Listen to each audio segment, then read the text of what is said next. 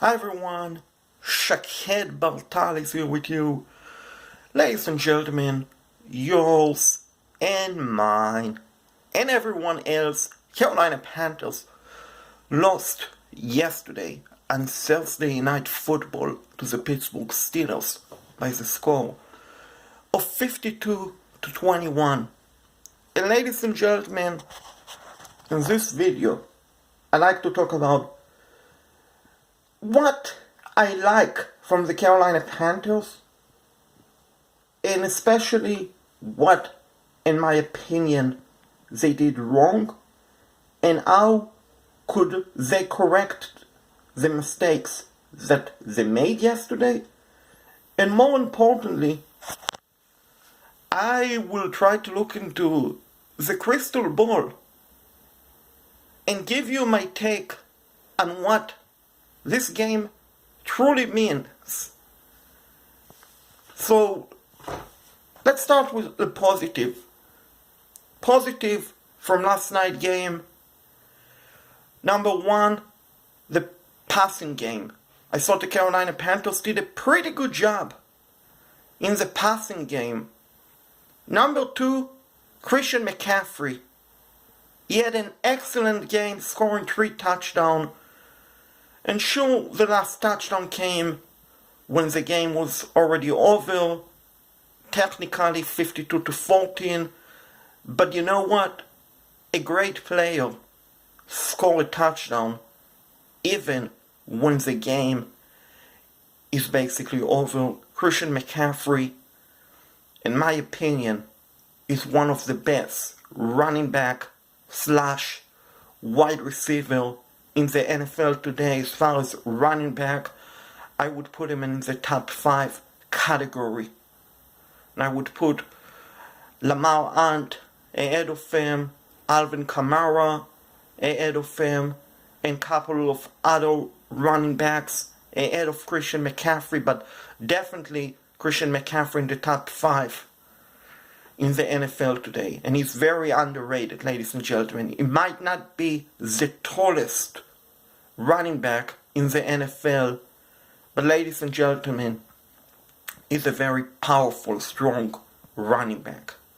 Also, he has excellent hands, and we saw last night 2 of his touchdowns came as a result of reception. So he had a pretty good game. The wide receivers groups as a whole had a pretty good game. And Cam Newton, I thought he had a pretty good game. Sure, he threw a terrible, unacceptable interception. But outside of that, he played pretty well. And here's the deal, ladies and gentlemen. Even the great quarterback will sometime make a bad throw. No one, and I mean no one, is perfect. Not in life, not in football, and nothing. No one is perfect. So let's remember that. Cam Newton played pretty well last night. And in most of the time, he was under duress. So these are the positive. The offensive passing play, Christian McCaffrey, the wide receivers, Cam Newton. Also, in the positive, the running game. I thought Carolina had a pretty good success early on in the game running the ball. Now, unfortunately, let's talk about the negative. And the negative, in my opinion, break down to 3 categories. Number one, offensive line. Panthers' offensive line yesterday did a terrible job of picking up the Pittsburgh Steelers blitz. Now, I will give the Steelers credit. They are very difficult to defend. They play aggressive defense. They like to blitz. And if you are not prepared for it, you are not going to do a good job of that, of protecting against the blitz. But it looked like last night Carolina had misassignment on the offensive line. They blocked one guy and they left another one get wide open to take a shot at Cam Newton. So that has to be corrected. The other negative thing for the Carolina Panthers, defense. Defense.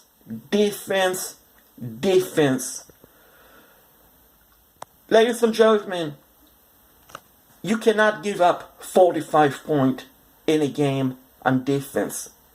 You cannot. You cannot allow a Hall of Fame quarterback, or any quarterback, even an average quarterback, to stay in the pocket for 8-10 seconds, not to be under the rest, and to find someone wide open. I did a video, ladies and gentlemen, after Carolina beat the New York Giants, a game that they won. I talked about how you cannot let a quarterback such as Eli Manning stay in the pocket and not be under duress. In that game, the Panthers gave up a lot of points. And a big reason why they gave up a lot of points had to do with the defense not getting pressure on Eli Manning. Yesterday, the defense didn't get pressure on Ben Roethlisberger. Again, Pittsburgh Steelers, they're a great team.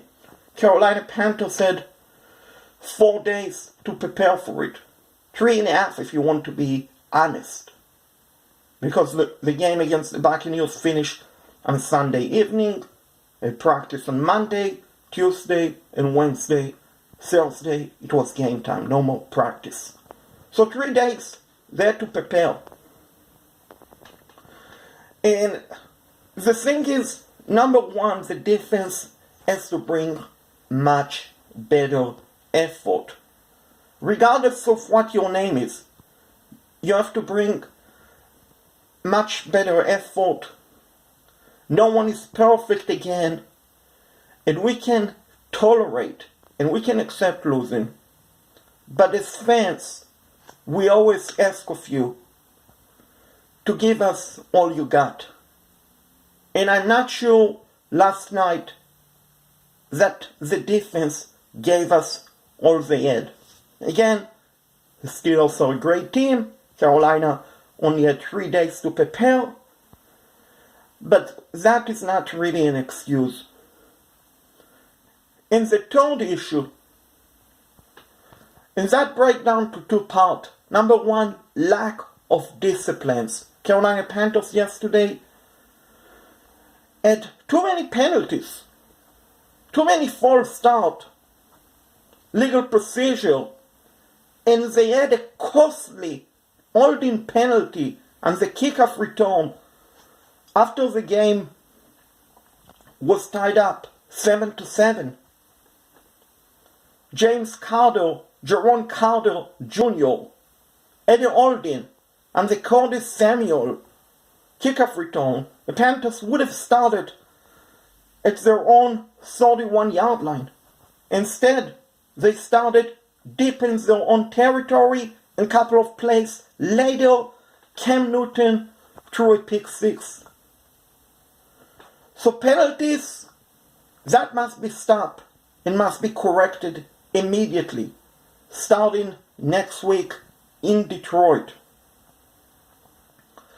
But what frustrated me really yesterday about the game, not so much the effort sure, the lack of pass scoring, lack of pass protection on the offensive line, sure.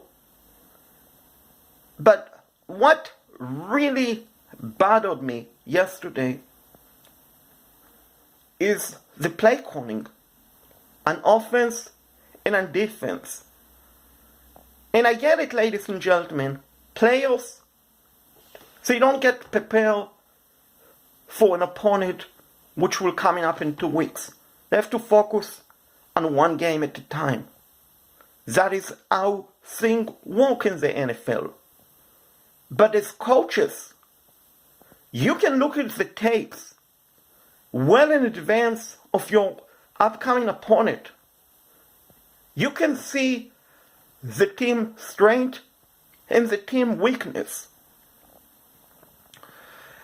And based on the play calling last night, both on the offense and in defense, it doesn't seem like the coaches for the Carolina Panthers study the tape enough of the Pittsburgh Steelers to see their strength and weakness.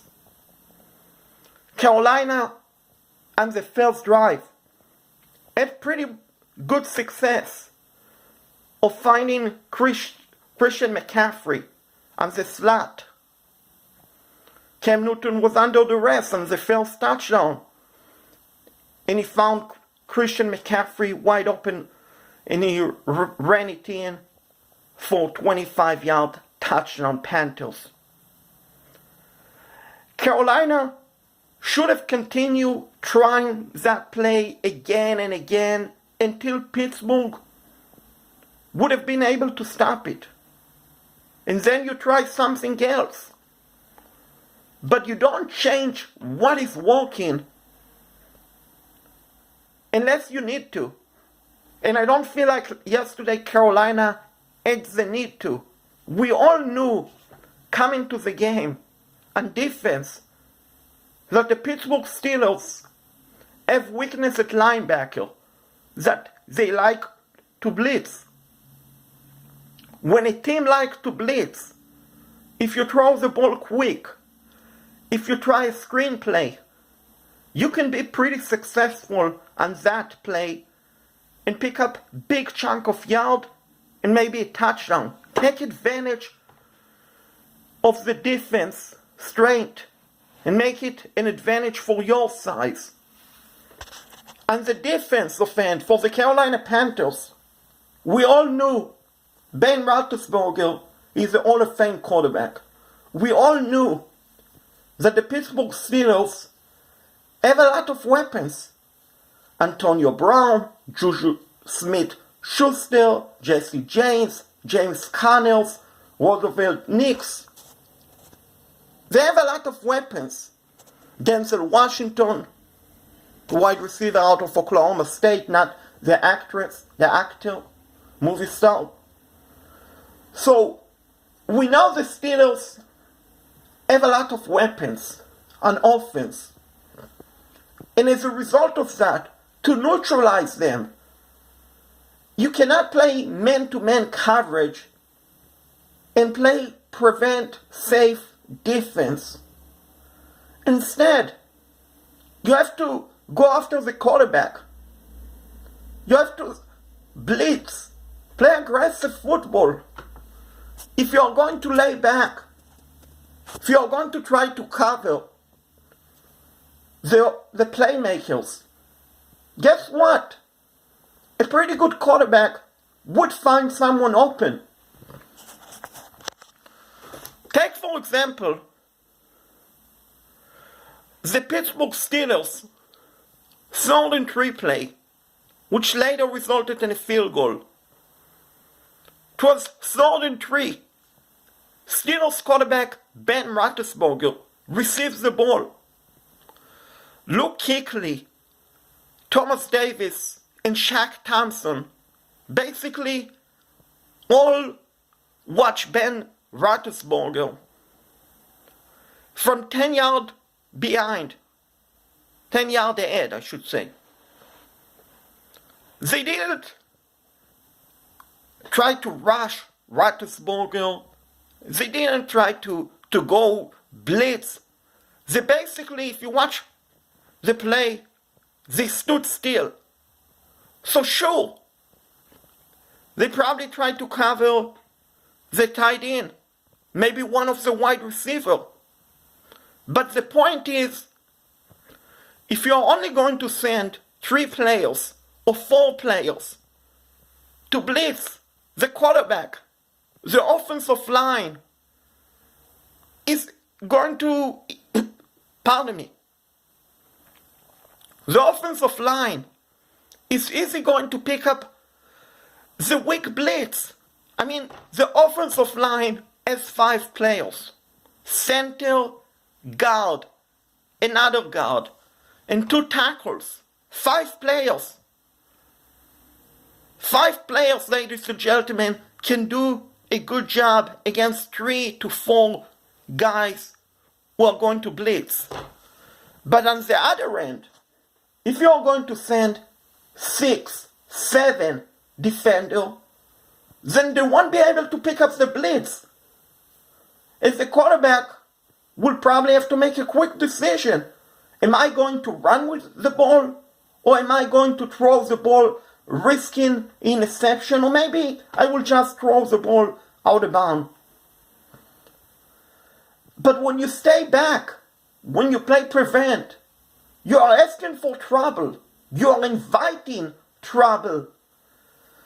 And this has been the case for this defense throughout the regular season.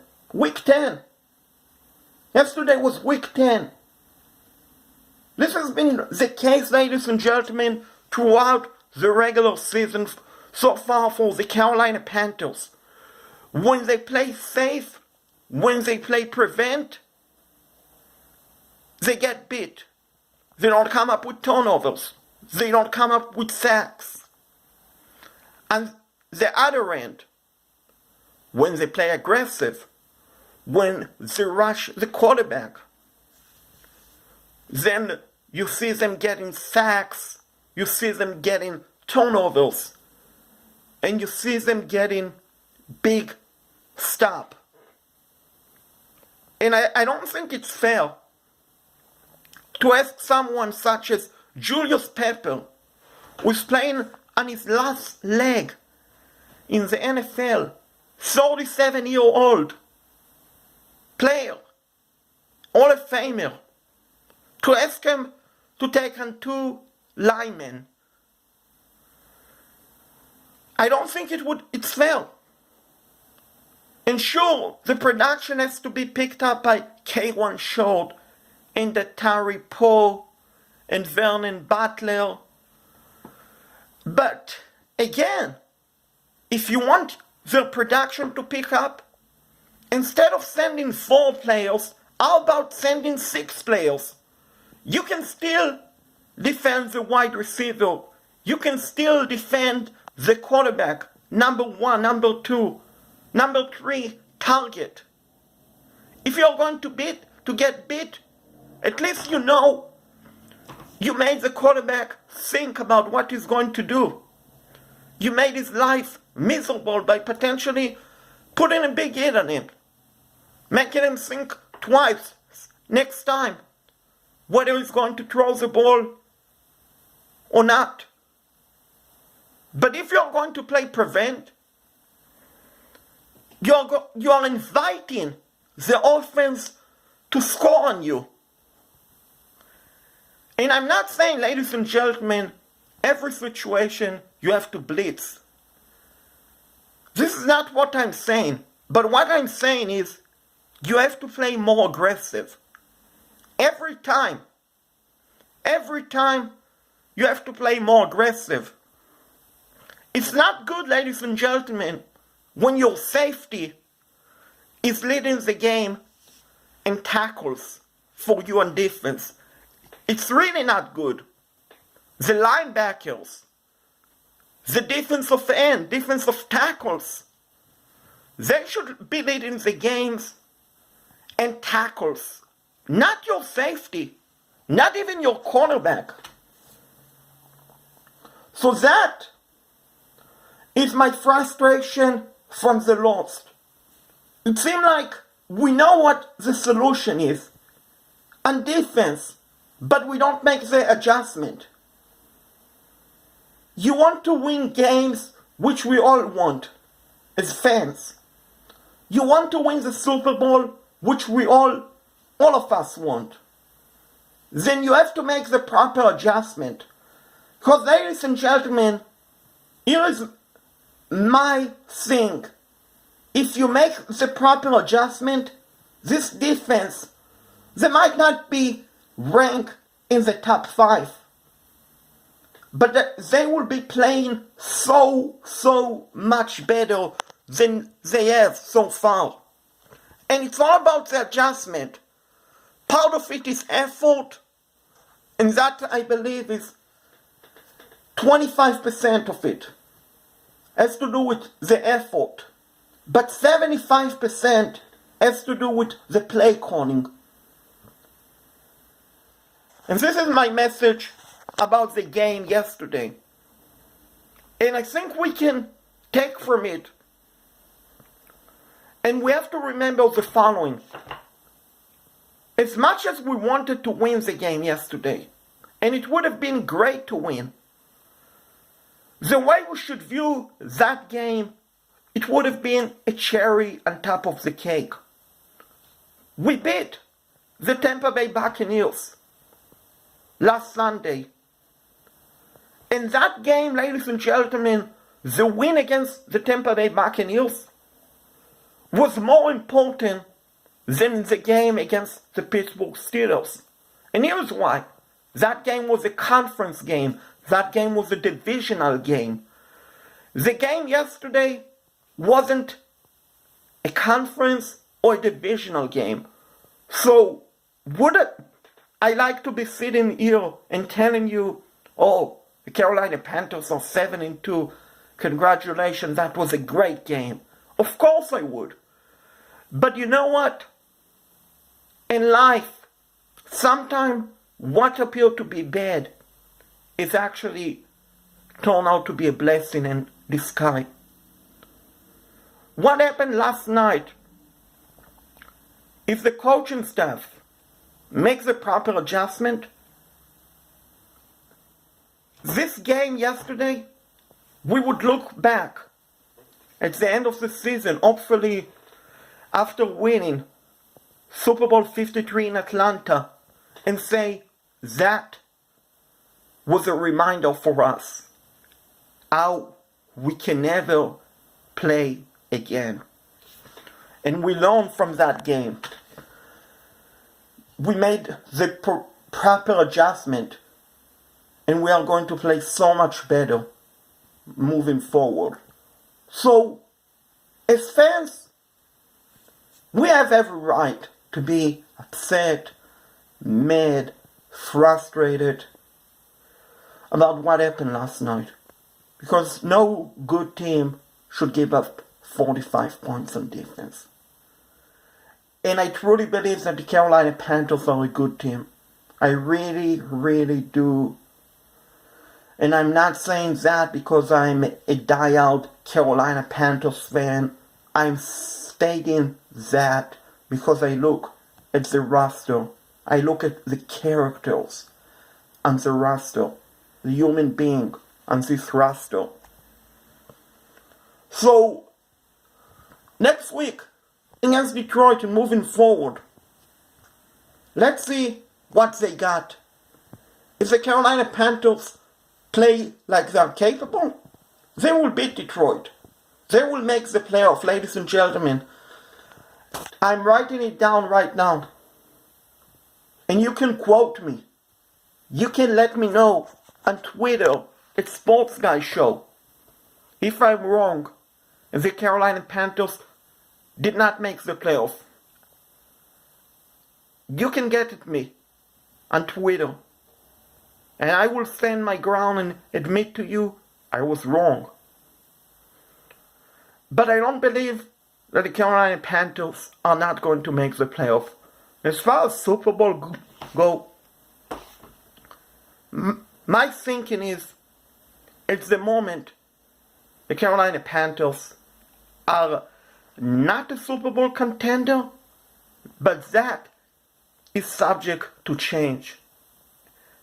And I want to remind everyone, number one, it's so much better if you're going to have a loss like you did yesterday with our Carolina Panthers. It's so much better to lose in the regular season than in the playoff or in the Super Bowl. Because we saw our Panthers not play great in the Super Bowl a couple of years ago. That was a really, really bad feeling. And number two, and this is very important, everyone must remember, you don't win Super Bowl in the regular season, you don't lose Super Bowl in the regular season. You make statement in the regular season. And for this, national media and local media was stating, oh, Carolina Panthers are a bad team. They are done. They're not going anywhere. Just wait and see. Just watch us. Because yes, we might be down right now, but we are going to bounce back. We are going to rise up. And we are going to be a team to be reckoned with in the NFC. Because honestly, if the Carolina Panthers can play like they are capable, which they will, because I believe that they will, and if not, of course, you will hear from me in my YouTube video.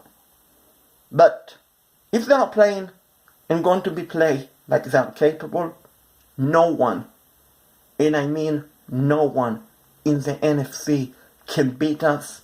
Even in the NFL, Pittsburgh Steelers, congratulations, you won. Yesterday, you were the better team. But if the Carolina Panthers and the Pittsburgh Steelers meet in Super Bowl 53 in Atlanta, I can guarantee you 100% that the final score won't be anywhere close to 52-21 Steelers. I'm not saying the Panthers will win in a blowout, but what I'm saying is we might be down at the moment, but don't count us out, because we are going to bounce back. We are going to be better, and you will have to deal with us in the NFC, and probably, and maybe, potentially, in Super Bowl 53, representing the NFC, winning the Super Bowl for Charlotte, North Carolina, for North and South Carolina, and for anywhere else that Panthers fans are living, because we have a large fan base.